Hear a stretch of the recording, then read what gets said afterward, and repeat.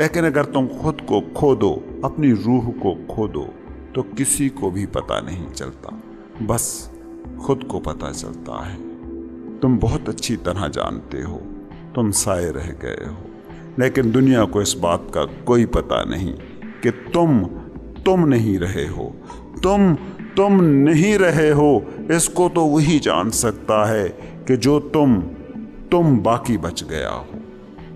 تم صوفیوں مرشدوں کے لاکھ فین ہو جاؤ، کبھی صوفی ہونا نہیں چاہتے، کیونکہ سایوں کو آج تک خود ماننے والوں کے لیے سائے سے ماورا زندگی ان نون کی دنیا ہے، اور ان نون ہمیشہ خوف زدہ کرنے والی چیز ہے۔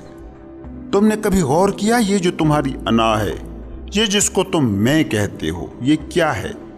ایک نام جو ایک تاریخی پس منظر سے تم نے چوری کیا، ایک ڈگری جو سماج کے تعلیمی نظام سے تم نے چرائی، ایک پیشہ جو تم نے سماج میں مروجہ پیشوں سے چرایا، ایک سٹیٹس جو سماج سے چرایا۔ ان چرائی ہوئی خیالی چیزوں کا میل ملاپ ہو تم۔ سوچو، تمہارا نام نہ رہے تو تم کیا ہو؟ تمہاری نوکری نہ رہے تو تم کیا ہو؟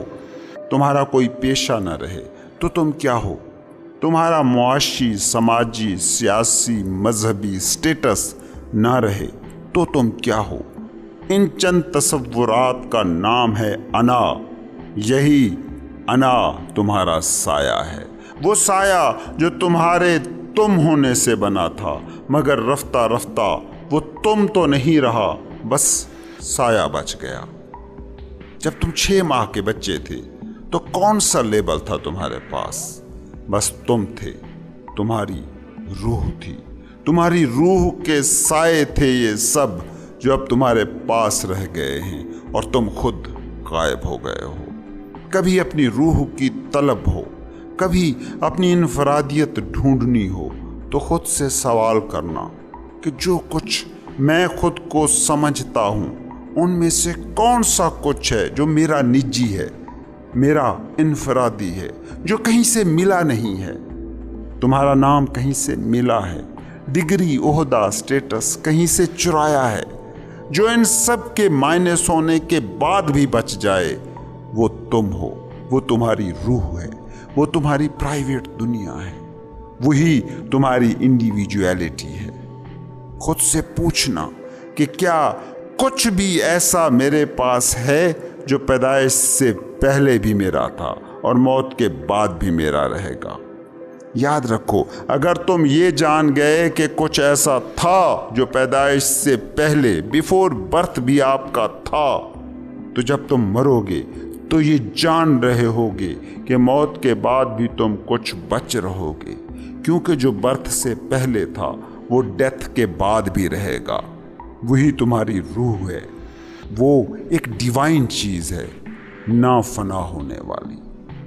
لیکن اگر تم جو بھی کچھ ہو وہ سب کا سب پیدائش کے بعد ہی تم نے پایا ہے، تو موت یہ سب کا سب چھین لے گی۔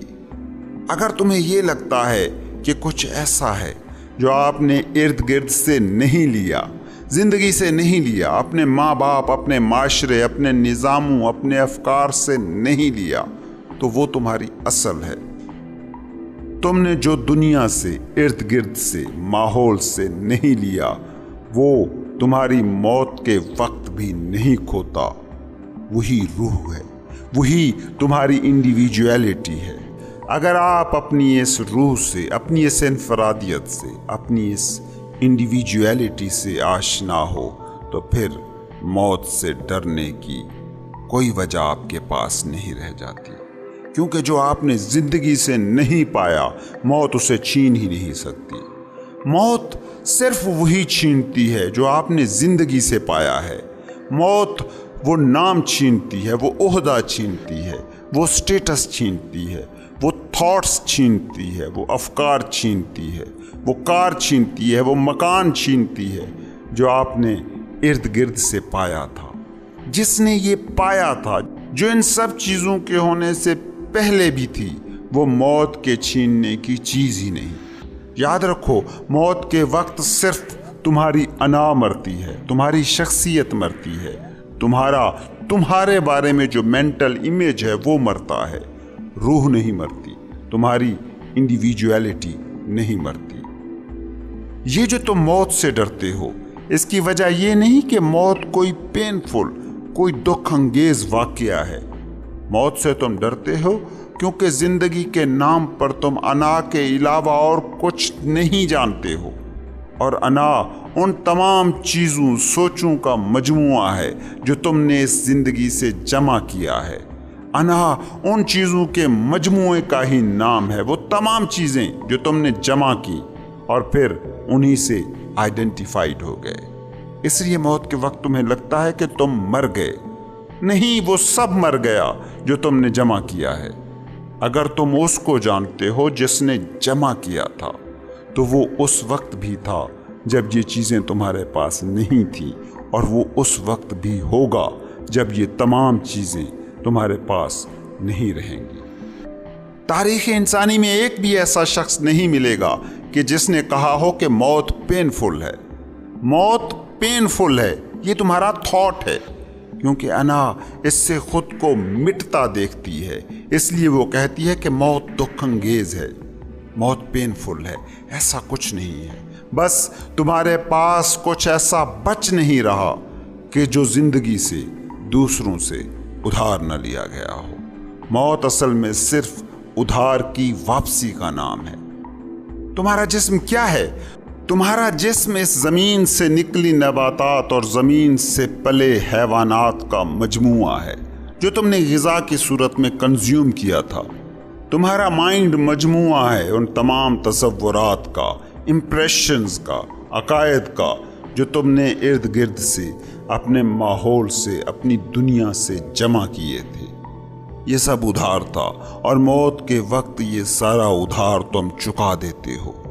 لیکن جس نے ادھار لیا تھا، اگر تم اسے جانتے ہو تو وہ کوئی ادھار کی چیز نہیں ہے، وہ ہو تم، وہ تمہاری روح ہے، اور موت وہ تم سے نہیں چھین سکتی۔ جو بھی تم نے دوسروں سے پایا ہے وہ تم موت کے پار نہیں لے جا سکتے، چاہے وہ دولت ہے، شخصیت ہے، عہدے ہیں، علم ہے، سٹیٹس ہے، کچھ بھی جو دوسروں سے پایا گیا ہے وہ موت کی دیوار کے اس طرف نہیں لے جایا جا سکتا۔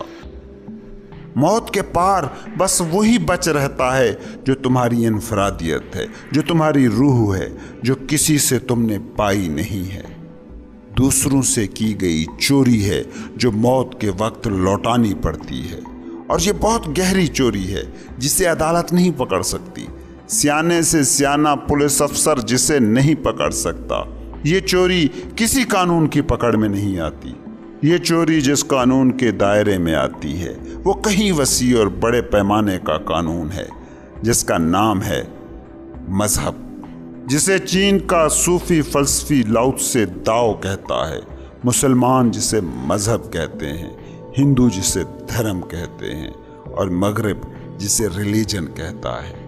یہ چوری جس عدالت میں پکڑی جاتی ہے اس عدالت کا نام ہے خدا کی عدالت۔ کبھی خود سے سوال تو کرو کہ تمہارے پاس کیا کچھ بھی تمہارا ہے جسے تم کہہ سکو کہ یہ سیکھا ہوا نہیں ہے، جسے تم کہہ سکو یہ پایا ہوا نہیں ہے، جسے تم کہہ سکو یہ چرایا ہوا نہیں ہے۔ تمہارا نام، تمہارا عہدہ، تمہارا پیشہ، تمہارا رتبہ، تمہارا سٹیٹس، تمہارا عقیدہ، کچھ بھی تمہارے پاس ایسا ہے جو سیکھا ہوا نہیں ہے، جو پایا ہوا نہیں ہے، جو چرایا ہوا نہیں ہے۔ اگر تمہارے پاس کچھ بھی ایسا نہیں ہے تو تمہارا جینا چوری کا جینا ہے۔ اور اس کا دوسرا پہلو بھی ہے، جس دم یہ احساس تم میں جاگ گیا کہ جسے میں میرا کہتا ہوں اس میں کوئی بھی کچھ بھی ایسا نہیں کہ جو میرا ہو، تو زندگی میں انقلاب شروع ہو گیا۔ تم مذہب کو بہت غلط سمجھے ہو۔ تم کہتے ہو کہ کسی کے گھر سے کچھ چرایا ہے تو مذہب اس سے نمٹے گا۔ اس چوری سے تو انسان کا اپنا بنایا ہوا قانون بھی نمٹ لیتا ہے۔ مذہب تو نمٹتا ہے اس چوری سے جو دوسروں سے چرا کر تم نے خود کو خود بنا لیا ہے۔ مذہب تو اس چوری سے نمٹتا ہے جو انسانوں کے قوانین کی پکڑ میں نہیں آتی، جن کا فیصلہ تمہاری دنیا کی عدالتیں نہیں کر سکتی۔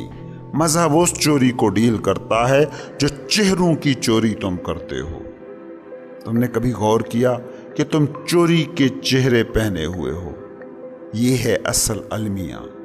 میں نہیں ہوں، کسی اور کی طرح جی رہا ہوں، کسی اور کی نقل کر رہا ہوں۔